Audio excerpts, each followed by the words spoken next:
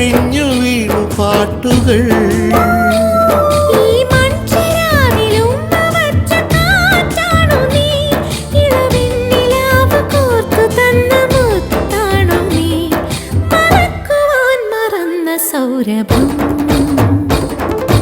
ആരാരോ തേടുന്നു അന്തിനിലാവളി, അമ്മാനം മാനത്തെ അല്ലിമലർക്കിളി.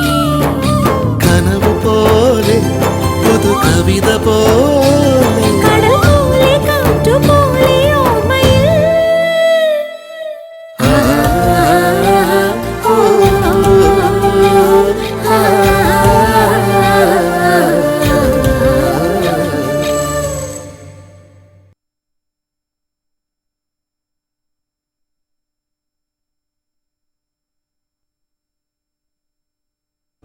നേരം വെളുത്തപ്പോ അത് കൂടുകയും ചെയ്തു.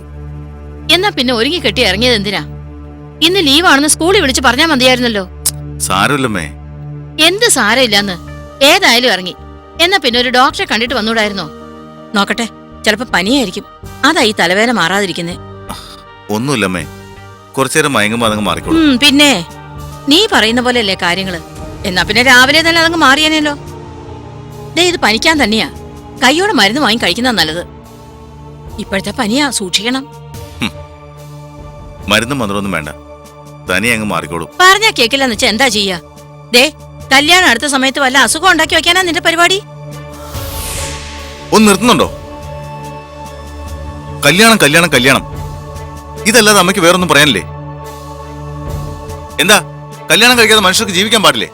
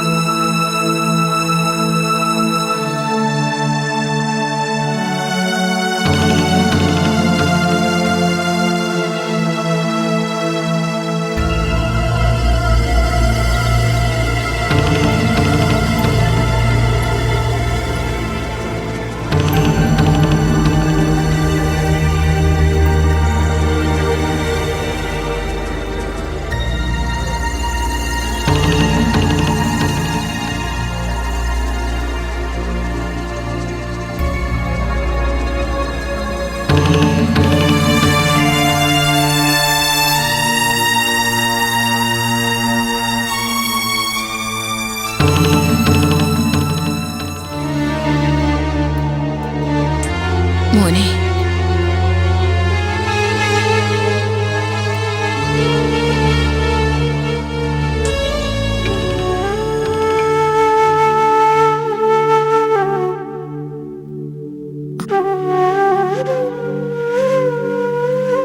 അമ്മ നിന്നോട് എന്തെങ്കിലും തെറ്റ് ചെയ്തതായി നിനക്ക് തോന്നുന്നുണ്ടോ?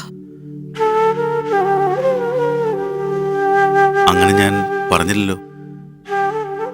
പറഞ്ഞില്ല, പക്ഷേ നിന്റെ മട്ടും ഭാവമൊക്കെ കാണുമ്പോ എനിക്കങ്ങനെ തോന്നുന്നു.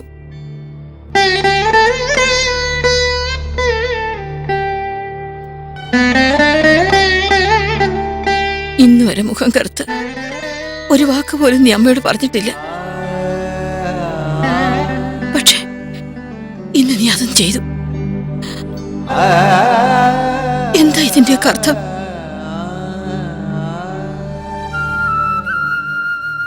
നിനക്കിഷ്ടമില്ലാത്തൊരു കാര്യം ഞാൻ നിർബന്ധിച്ച് ചെയ്യിച്ചതായിട്ട് നിനക്ക് തോന്നുന്നുണ്ടോ? അമ്മ എന്താ അങ്ങനെ ചോദിച്ചത്? ആദ്യം ഞാൻ ചോദിച്ചതിന് ഉത്തരം പറ.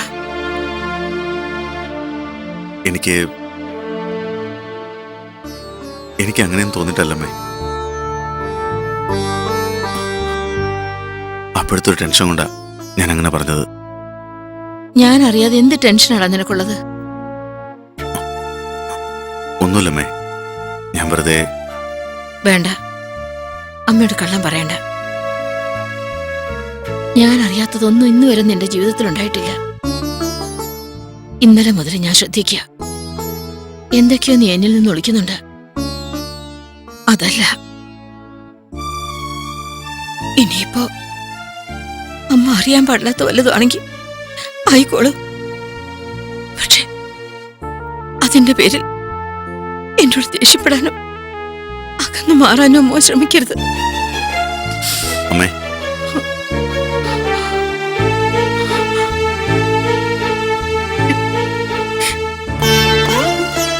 അമ്മയ്ക്ക് സങ്കടാവെന്ന് കരുതിയ ഞാനൊന്നും പറയായിരുന്നത്. അല്ലാതെ അമ്മയോട് എനിക്ക് ദേഷ്യമോ പിണക്കോ ഒന്നുമില്ല. എന്താ മോനെ, എന്താണെങ്കിലും നീ അമ്മയോട് പറ.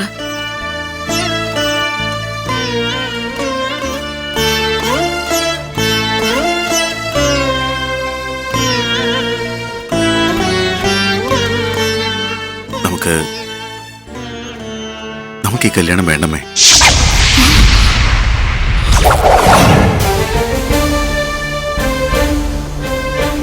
നീ എന്താ മോനെ പറഞ്ഞത്? അമ്മയ്ക്കൊന്നും മനസ്സിലാവുന്നില്ലടാ. സത്യമേ, വേണി എനിക്ക് ഭാര്യയാക്കാൻ കഴിയില്ല. ഹരി, എന്തൊക്കെയാണ് നീ പറയുന്നേ? വേണിയെ വേണ്ടെന്ന് വെക്കാൻ എന്താണ് ഇവിടെ ഇപ്പൊ സംഭവിച്ചത്? കൂടുതലൊന്നും എന്നോട് ചോദിക്കരുത്.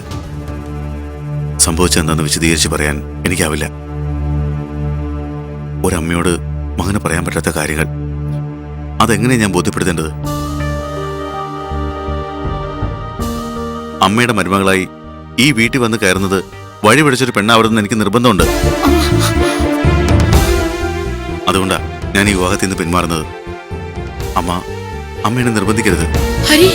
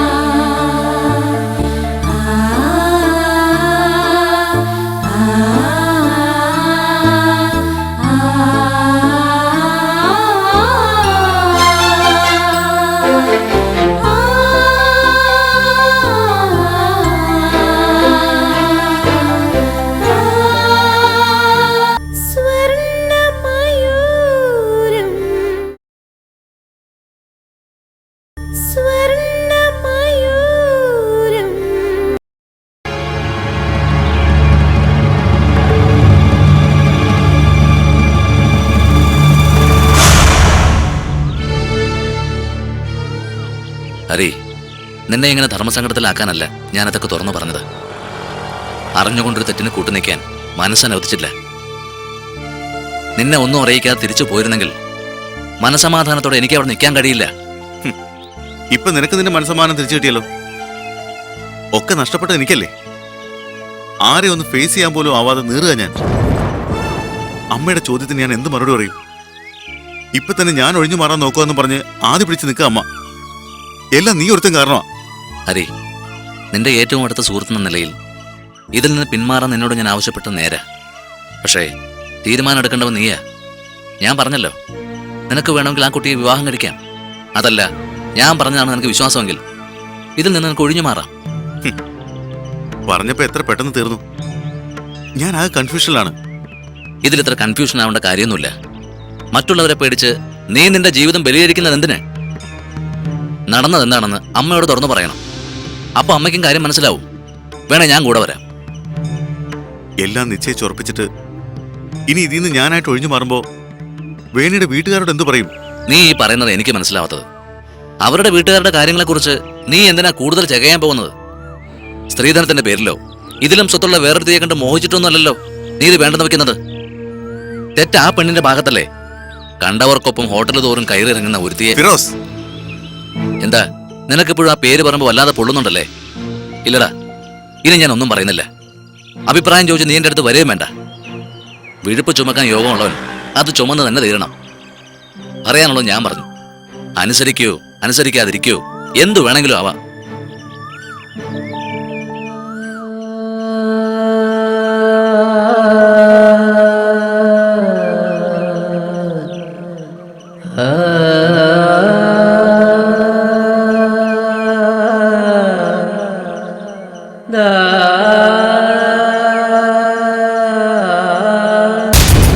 അസിസ്റ്റന്റ് ജനറൽ മാനേജർ കൃഷ്ണവേണി, എങ്ങനെയുണ്ട് പുതിയ പോസ്റ്റ്?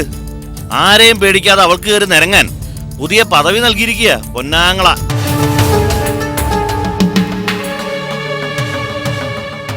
പോട്ടടാ, നീ അത് കാര്യമാക്കണ്ട.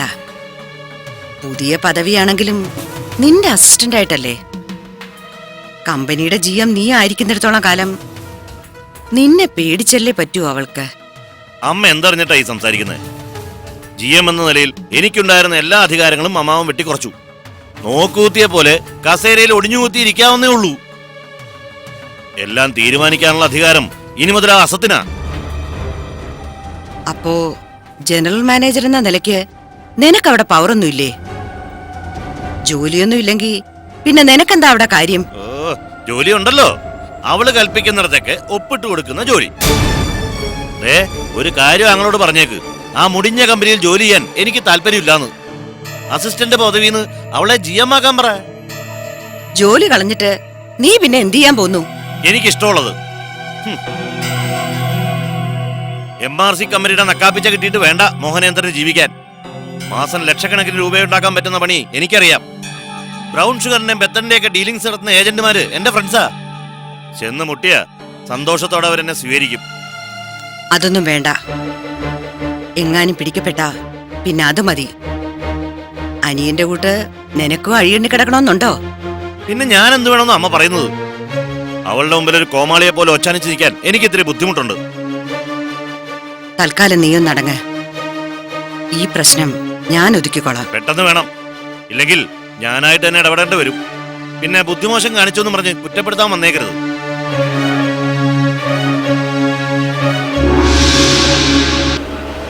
സ്വർണ്ണമയൂരം സ്വർണ്ണമയൂരം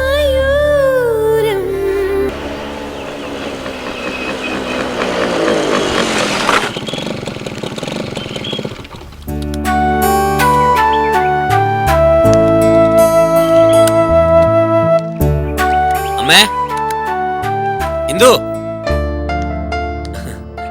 ബാങ്കിൽ നിന്ന് ചെക്ക് കിട്ടിയോ ഗോപേട്ടാ? കിട്ടി. ഇന്ന് തന്നെ അത് പാസ്സാവുകയും ചെയ്തു. വരുന്ന വഴി പറഞ്ഞു വച്ചിരുന്ന ആ വണ്ടി ഇങ്ങെടുത്തു.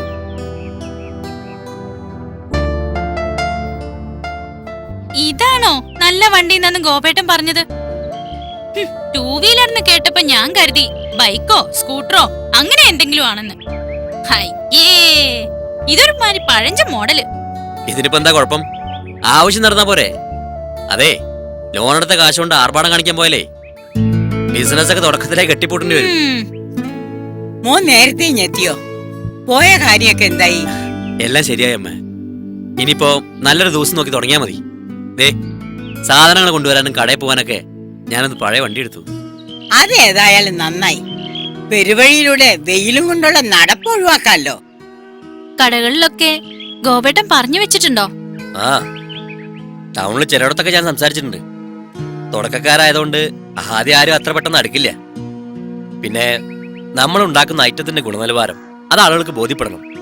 അത് മാത്രമല്ല, ആദ്യമൊക്കെ കച്ചവടക്കാർക്ക് നല്ല കമ്മീഷൻ കൊടുക്കേണ്ടി വരും. അതൊക്കെ നമുക്ക് ശരിയാക്കാന്നേ. എല്ലാറ്റിനും അമ്മയുടെ ഒരു സഹായം ഉണ്ടായാൽ മതി. അത് പിന്നെ പ്രത്യേകിച്ച് പറയണോ മോനെ? നിങ്ങൾക്കൊരു നല്ല കാലം വരണമെന്നേ എനിക്ക് ആഗ്രഹമുള്ളൂ. പ്രായവും അവശതയും ഒന്നും കണക്കാക്കണ്ട. ഈ ചുറ്റുവട്ടത്തുള്ള കടകളിലൊക്കെ ഞാൻ കൊണ്ടുപോയി കൊടുത്തോളാം. അയ്യോ, അതൊന്നും വേണ്ടമ്മേ. കടകളിൽ പോകുന്ന ജോലിയൊക്കെ ഞാൻ ചെയ്തോളാം. അതിനല്ലേ ഈ വണ്ടി വാങ്ങിച്ചിരിക്കുന്നത്. അമ്മ ഇവിടെ നിന്ന് കാര്യങ്ങൾക്കൊരു മേൽനോട്ടം വഹിച്ചാൽ മതി. ചെറുകിട വ്യവസായമായിട്ട് ഇത് രജിസ്റ്റർ ചെയ്യണമെങ്കിൽ ഒരു പേര് വേണം. ഞാന് അമ്മയുടെ പേരാ കണ്ടുവച്ചിരിക്കുന്നത്, ശ്രീദേവി ഫുഡ്സ്. പേരെങ്ങനെ, കൊള്ളാമോ? നല്ല അസല പേര്. വയസ്സുകാലത്ത് അമ്മയുടെ ഒരു ഭാഗ്യം കണ്ടില്ലേ, സ്വന്തം പേരിൽ ഒരു കമ്പനി. മോനെ, പറയുന്നോണ്ട് ഒന്നും തോന്നരുത്. വയസ്സായ എന്റെ പേരല്ല ഇതിന് ചേരുന്നത്. നമ്മുടെ അമ്മുക്കുട്ടിയുടെ പേരിടണം. അവൾക്കൊപ്പം ഈ കമ്പനിയും വളരണം. അതാണ് അമ്മയുടെ ആഗ്രഹം. അമ്മയുടെ ആഗ്രഹം അതാണെങ്കിൽ അങ്ങനെയാവാം, അല്ലേ എന്തു? ഉം. ആ ഞാൻ കുടിക്കാൻ എന്തെങ്കിലും എടുക്കാം.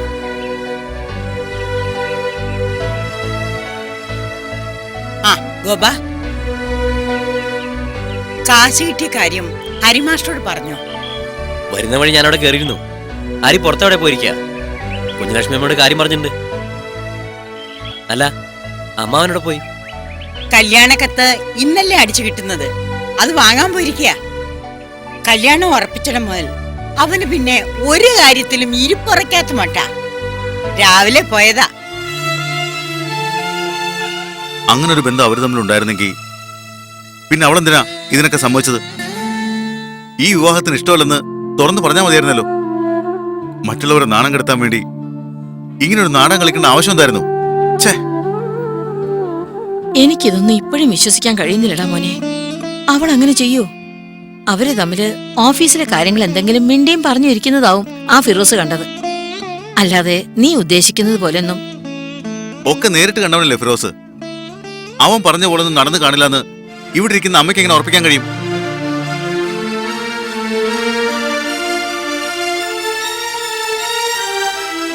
ഓഫീസിലെ കാര്യങ്ങൾ പാതിരാത്രിക്കല്ലല്ലോ ഡിസ്കസ് ചെയ്യേണ്ടത്. പോയിട്ട് വന്നപ്പോ അതേക്കുറിച്ച് എന്തെങ്കിലും എന്നോട് വേണ്ടി സൂചിപ്പിച്ചോ? അമ്മയോടെങ്കിലും പറയാമായിരുന്നില്ലേ? വന്നപ്പോ അതില് പ്രോജക്റ്റിനെ കുറിച്ച് വാതരാതെ സംസാരിക്കുന്ന കണ്ടിരുന്നു. എന്നിട്ടും അങ്ങനെ ഒരു ഡിസ്കഷന്റെ കഥ മാത്രം അവളുടെ നാവിന്ന് വീഴാൻ ഞാൻ തിരക്കിനിടയില് അതൊന്നും നമ്മളോട് പറയാനുള്ള നേരം കിട്ടിക്കാണില്ല. ദേ, അവളൊരു ചീത്ത കുട്ടിയാണെന്നുള്ള തോന്നല് ആദ്യം നീ മനസ്സിൽ നിന്ന് മാറ്റ്. നിങ്ങൾ തമ്മിലൊന്ന് തുറന്ന് സംസാരിച്ചാ തീരാവുന്ന പ്രശ്നമേ ഉള്ളൂ ഇത്. വേണ്ട, ഇനി എനിക്ക് അവളോട് ഒന്നും സംസാരിക്കാനില്ല. അതിനിടവന്നാ വീണ്ടും ചിലപ്പോൾ ഞാൻ അവളെ വിശ്വസിച്ചു പോകും. എല്ലാം അറിഞ്ഞുകൊണ്ട് ഇനിയൊരു പൊട്ടം കളിക്ക് ഞാനില്ല. അപ്പോ നീ രാവിലെ പറഞ്ഞൊക്കെ കാര്യമായിട്ടാണോ മോനെ? അമ്മയ്ക്ക് ഇപ്പോഴും അതിൽ സംശയമുണ്ടോ?